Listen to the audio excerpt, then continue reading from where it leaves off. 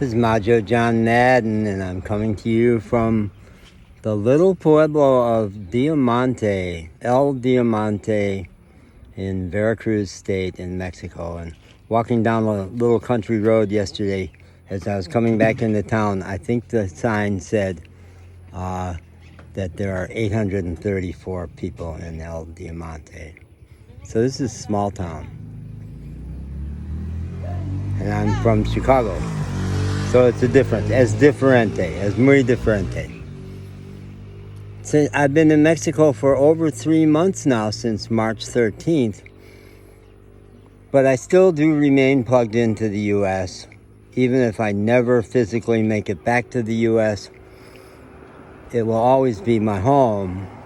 And I'll always care about what's going on there, though honestly, I finally got to a Wi-Fi here 6 days ago after not having access to one for quite a while. And I missed NPR a lot. I made a video about how much I missed it. But I'm aware I'm missing it less. And when I look at the news stories, which ones do I want to push the button and push the link and listen to the story? There are fewer. There are a couple today. Saturday is my big morning news, Scott Simon, National Public Radio, Weekend Edition. Saturday is my absolute home base for news. Scott, a fellow Chicagoan, is someone who has always felt like my kind of guy.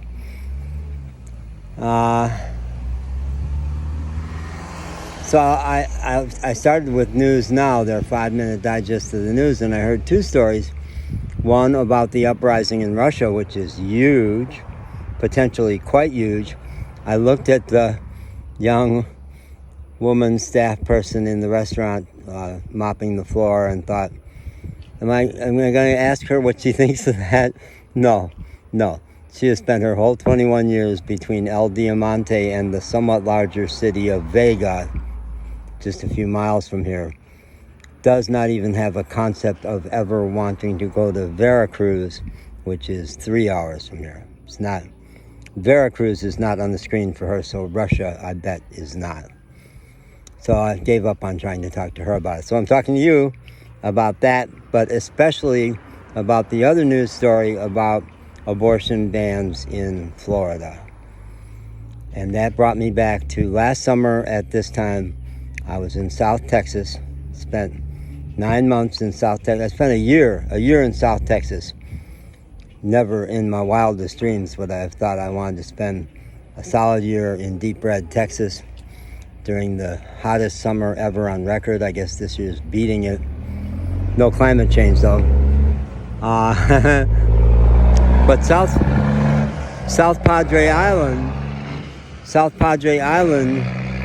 during the summer was wonderful respite for me. The beach is spectacular. But when the summer ends and the normal people go home that are filling the hotels and everything, that island returns to the smug, rich Republicans who own pretty much everything on South Padre Island. I met a lovely young woman in a fishing shop who had a great personal story, and I liked her a lot and wanted to get to know her better, but she was still quite fragile and vulnerable from leaving her marriage, and she said, if you want to meet me, you can come to my church. And it sounded like a Christian church, which can be, the spirit can be great if the music is good, but it was not there. And the preaching is usually just drives me out of the room, which it did each of the 2 or 3 times I went there.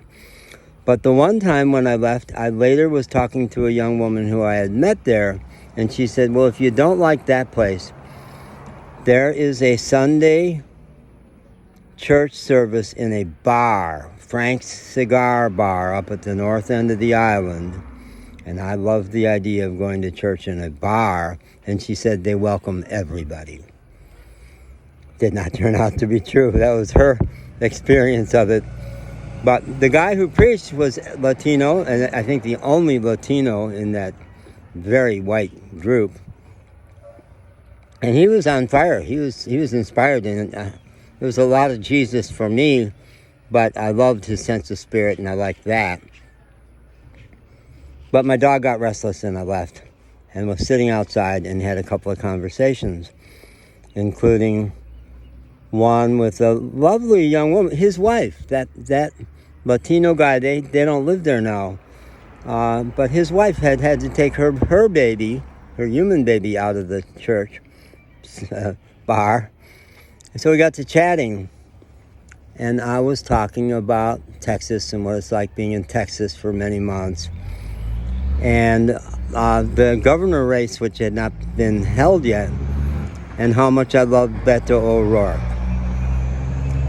and how much I was hoping he would be the hope for the future for Texas, because Greg Abbott, I think, is worse than Ron DeSantis, and certainly the climate for abortion is even worse in Texas.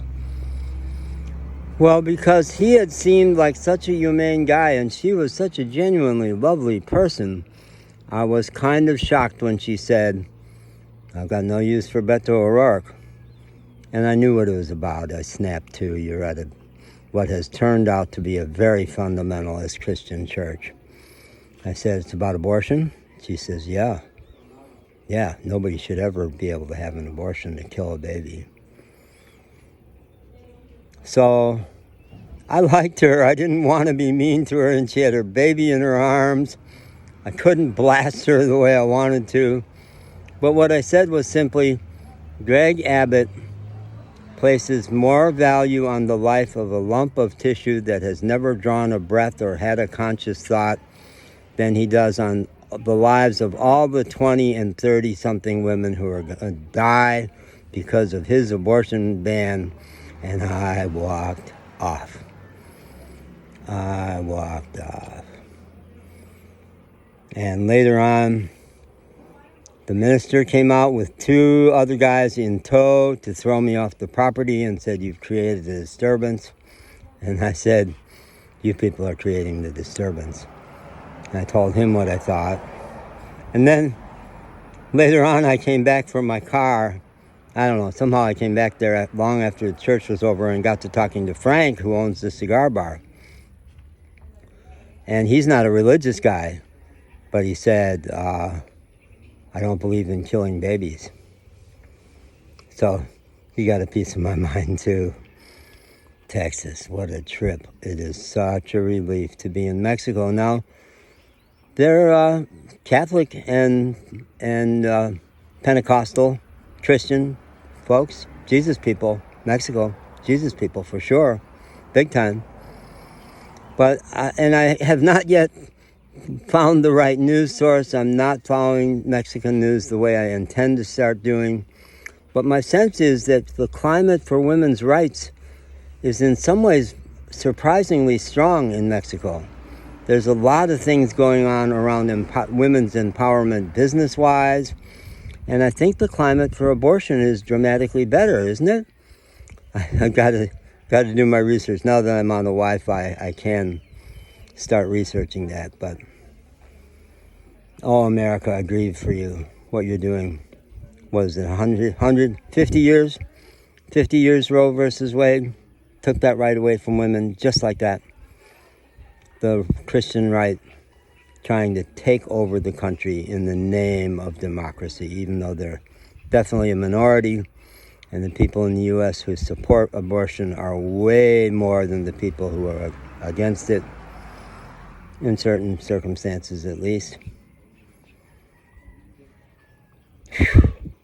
I'm breathing a sigh of relief to be out of that maelstrom, out of that cooking pot that is the U.S. right now. Folks, if you think Mexico is dangerous, take a look at yourselves in the U.S. There are no mass shootings in Mexico. There's some cartel stuff, but you have to almost go looking for it. I sure haven't encountered it. Victoria, I was there for 6 weeks. I'm pretty sure I'm going to double check the State Department warning. I'm pretty sure it's on the list of places not to travel. Totally safe, no cartel action for 10 years. All those smart guys in the State Department somehow haven't updated their files. Is it because they're brown people down here? Is it all white fragility that we Americans fantasize that Mexico is so dangerous? Look at yourselves, America.